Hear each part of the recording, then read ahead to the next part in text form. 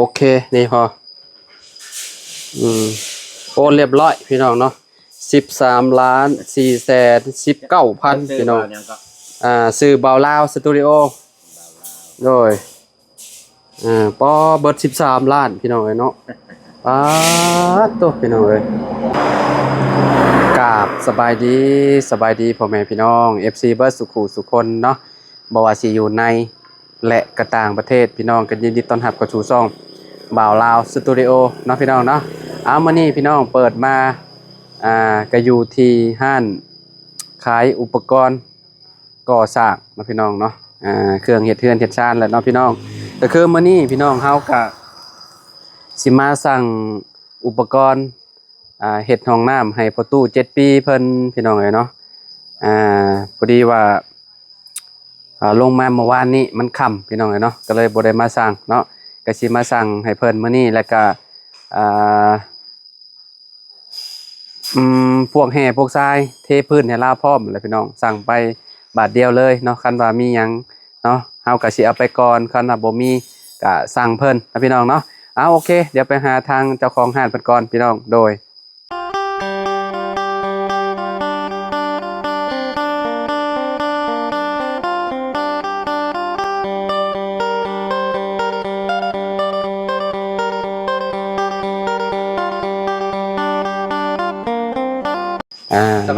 สบายดีเด้อขออนุญาตเด้อเนาะให้เพิ่นหนีบไม้ก่อนพี่น้องขั้นตอนแรกก็วงกบกับบ้านมันโลดแล้วโดยเอาอันน่ะบอกมึงจะใช้อะไรได้เราจะไปก่อนเดี๋ยวเพิ่นจะได้เบิ่งวงกบเดี๋ยวจังหวะกันหลายอย่างอยู่เดี๋ยวแป๊บนึงเอาอันนี้แล้วก่อนมันมีอันนี้ขนาด80บ่70 80ก็มีดอก80ตัวนี้โดยเอาอันนี้เอาตัว80บ่ตัว80แล้วก็วงมันมีบานบ่มีเม็ด8บ่มีบ่เม็ด8เรียกว่าแท็กเม็ด8บ่เอาฮอด2เม็ดดอกเอาประมาณเม็ด8ซะขายเป็นแบบดินกับแบบว่าเป็นเม็ดก้อนบ่เอารถเข้าใจปานใดเด้เอาไปใช้แหละโอ้ตัวไม่8บ่อ้ายแม่นเม็ด8โอ้ไปเอาอันนั้นเนาะเอาไปเอาเม็ดรถมาหาทางนี้เด้ก็ได้โอ้พี่น้องเอ้ยไอ้เม็ด9บ่ได้ได้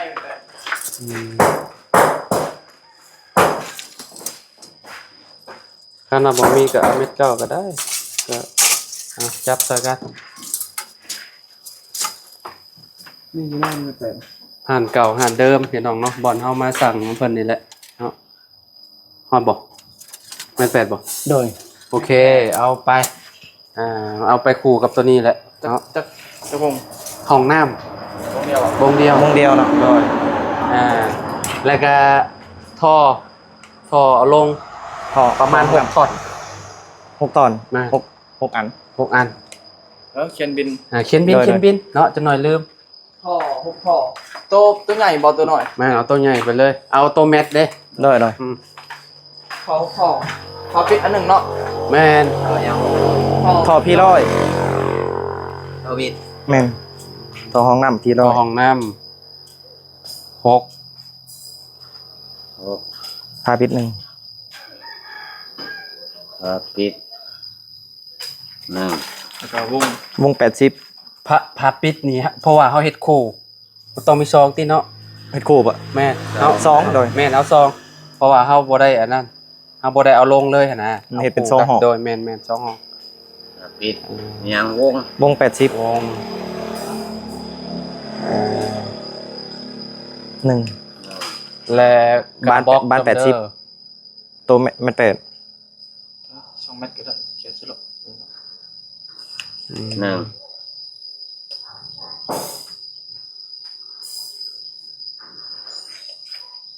มัดบอโตแบบตัวที่เอาไปได้บอตัวนี้ขี่เอารถไปตั้งฮักหินกับไส้เอารถดำตั้งฮักเขียนเป็น2 บินก็ได้โดยบล็อกได้ซะมื้อใดสิได้บอกจะว่านั่นแหละให้เขาตีให้กับคนลาย300 2-3 มื้อแล้วเลยบอก โชว์ชามมือ บ่มี อื่นให้วีตี ก็บ่เป็นหยังให้เพิ่นเทพื้นไปก่อนก็ได้ โดยโดย เพราะว่าเฮาสิเทพื้นพร้อมเด้ทรายกับหินอย่างละรถก็บ่ฮู้ว่ามันสิพอบ่หั่นน่ะ ยางรถเต็มรถเลยบ่ กับ หรือว่า อ่า หินเครื่องหนึงทรายเครื่องหนึง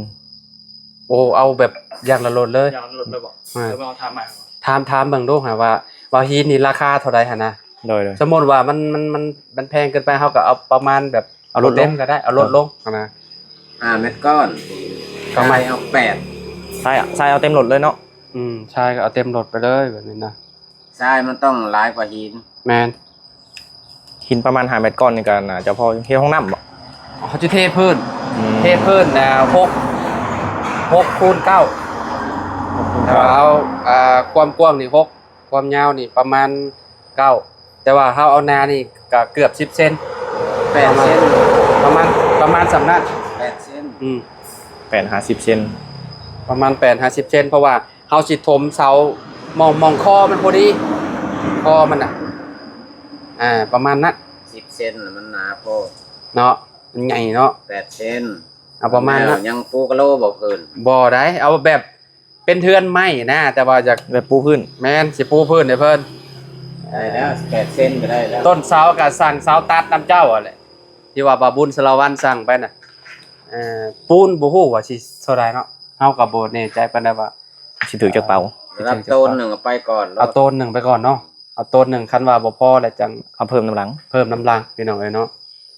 นี่แหละบ้านใกล้ๆที่บ้านสกีนี่ข้ามไปเมื่อนั้นมีผู้หนึงดอกติดรถเข้าไปนำเราฮู้จักอยู่ บอลได้เบื้องนึงนี่บ่ โอ้เฮือนหลังสีเขียวน่ะ ไปขี่รถไปเห็นรถหลังสีเขียว มันสิเป็นเฮือนดินดอกทาสีใหม่ๆเฮือนหลังนั้นน่ะขี่ไปเรื่อยๆเห็นดอกอยู่ฝั่งนี้ไปฝั่งนี้ความมือพี่น้องเอ้ยเนาะมีเบอร์โทรดอกบ่ยากดอกเดี๋ยวเฮาเอาเบอร์โทรให้ โดยโดย เนาะไปได้เลยบ่ ไปได้เอาตัวมีไปก่อนเนาะ แม่น ยังบ่ได้แต่ดินหรอก ยังบ่ได้ดินบอก ได้แต่ดินบอกเล็กเส้นหนึงเล็ก10เอาไปอันนั้นเสาไอ้หน้า12 2 เมตร 5 4 ต้น เสา12 คูณ 2 5โอเค2 เมตร 50 4ต้น ยังอีกเนาะบาทแม่นเฮ็ดห้องน้ำนี่ เล็กนี่ไปเห็นยังเล็ก เอาไปอันนั้นเด้ไปเกี่ยวมองอันไม้เด้เส้นเดียว เล็กใหญ่เติบบ่เล็ก10 ง่ายเติบ ซ้ำบ่นี่ก็ 10 แม่น 10จอย 10จอยก็ได้ จอยมัน3กิโล เลย ยังอีกเนาะบาทพวกอันนั้นหัวส้วมบ่มีบ่ พอส่วนบ่ บ่มี หัวส้วมกับท่อก็บ่มีแต่ไปซื้อเอาทางนั้นเนาะ โดยโดย โอเคท่านว่าบ่มีห้านเพิ่นก็บ่เป็นหยังพี่น้องเนาะขาดหยังได้ป่านนี้เนาะอย่าลืมมันส่องลมเด้อไอ้ดินบล็อกน่ะ ของลมก็บ่มีจังอัน บ่มีบ่ โดย แถวใดเนาะมีบ้านแถวเขตจะมีบ่เนาะ ต้องลมจังอัน เบิ่งข้างเอาประมาณ6 น้อยตีให้ เอาไปพร้อมดินบล็อกก็ได้ตอน แม่ นั้น น เอาไปพร้อมกันเอาประมาณ6ก้อน เต็มรถเลยนะ6ล้านเต็มรถเช้าเลย เอาแต่5เม็ดก้อน เอา5 เมตรก้อน หาไว้ก่อนบ่ทรายใส่กระหาบ่ บ่ทรายเต็มรถทรายเต็มรถเลยบ่อย ทรายได้ คะแนนมาเต็มรถนี่ รถแบบเต็มรถเลยแบบนั้นเลย 10 เมตรก้อน โยเอาใช่น่ะ8 เอา8 เมตรก้อนเนาะ ก็ซ้ำเต็มรถนั่นน่ะ ยินแล้วเพราะว่ากัดสิใส่ร้ายเติบอยู่ราคาตอนนี้ได้มีจักอย่างแล้วตอนแรก ทอวิท ทอวิท ปิด ฝาปิด วง บาน เสา เสา เล็ก เล็กยังอีกได้ป่านครบเลยติเนาะ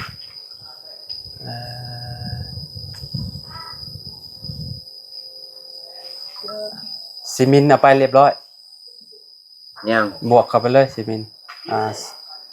ซีมังเอาประมาณ1ต้นไปก่อน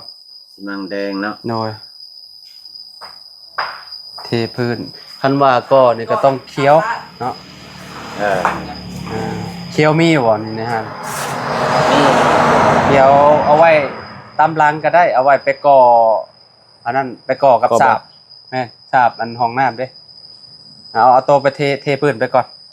เนาะเพราะว่าจังได๋ก็ต้องได้ล่อนี่ลาวหั่นนะพี่น้องเอ้ย ดินบล็อก รอดินบล็อกลาวเพราะว่าถ้าเฮาบ่รอกับมันเขตนี่บ่ได้มีได้พี่น้องเอ้ยเนาะมีแต่อยู่ในห้างเราเนี่ยบ่เฮ็ดอะไรก็รอลาวหั่นแหละ ใช่ซ้อนไว้ใช่ก่อนบินนะฮะ3ล้าน ใส่เลยบ่ยินใส่ แม่นใส่ไปโลด ยิน นี่ เนาะ รถ อะไร 3ล้าน 3 หันก็ทรายก็ ทราย 2ล้าน8 โอ้มันบ่แม่นเรื่องง่ายๆเด้พี่น้องเอ้ยเนาะมีแต่อ่าอย่างแพงเลยเด้พวกแห่นี่แพงสุดเนาะ แห่นี่3ล้านพี่น้องเนาะคะแนนว่าเต็มกว่าเนาะล้นขลดนี่ยัน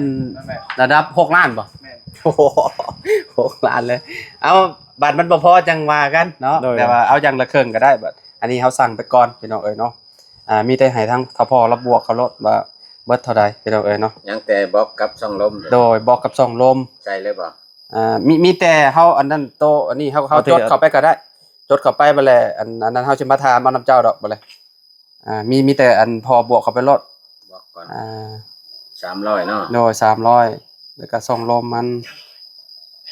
ช่องลมเอา8ซะเอาเพิ่มไป8แล้ว แปด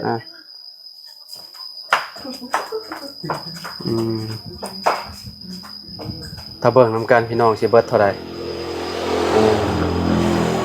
โอ้พี่น้องเอ้ยเนาะ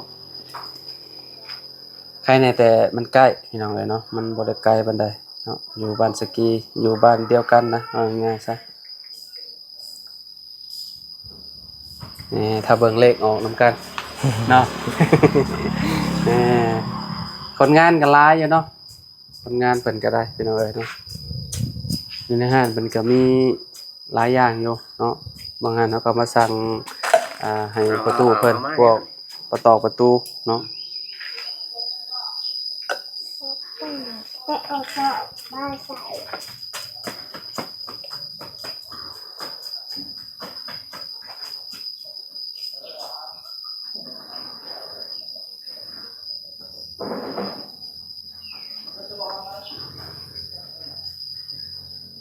ยังสิซื้ออันนั่นนี่เลยพี่น้องซื้อไอ้พวกหัวส้วมกับท่อพี่น้องเนาะท่อร้อยไปแล้วเนาะแถวนี้น่าจะมีอยู่ดอก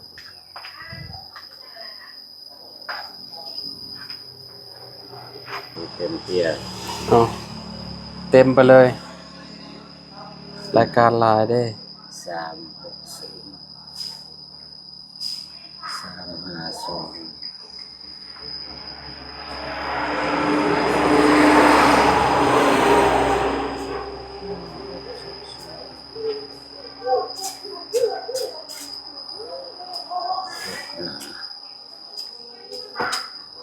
ลูกสาวบ่เนี่ย แม่ เออ ลูกสาวร้อย ลูกสาวร้อยได้นี่เนาะใหญ่แล้วบ่ร้อยแล้ว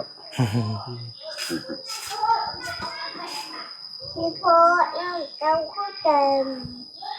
เนี่ยเอาไว้นั่งเจ้าก็เต็ม เช้านี้ไปได้เลยบ่ ได้ เดี๋ยวว่ายังรอยังบ่แล้วเนาะ เลย ออกแล้วบ่ 13ล้าน4แสน 13ล้าน4แสน 19,000กีบ มาสแกนจ่ายแล้วก่อนพี่น้องเอ๋ยเนาะโอเคนี่พอโอนเรียบร้อยพี่น้องเนาะ13ล้าน4แสน19,000พี่น้องซื้อเบาลาวสตูดิโอ โดยปอเบิด13ล้านพี่น้องเอ้ยเนาะป๊าดโตพี่น้องเอ้ยเบอร์โทรเฮา9675 9670โอเคพี่น้องเอ้ยเนาะมีแต่เพิ่นไปส่งแล้วก็มีแต่โทรหาเฮาเลยเนาะเอาไปถ่ายอยู่พุ่นเด้อพอเด้อ ได้ไปถ่ายอยู่บ้านเพิ่นพุ่นแหละพี่น้องไปแจ้ง ละสิจัดไปก่อน โดยตัวใดมีก็จัดไปก่อนเนาะไปหาประตู7ปีก่อนพี่น้องบ้านนี้ โตะที่ว่ายัง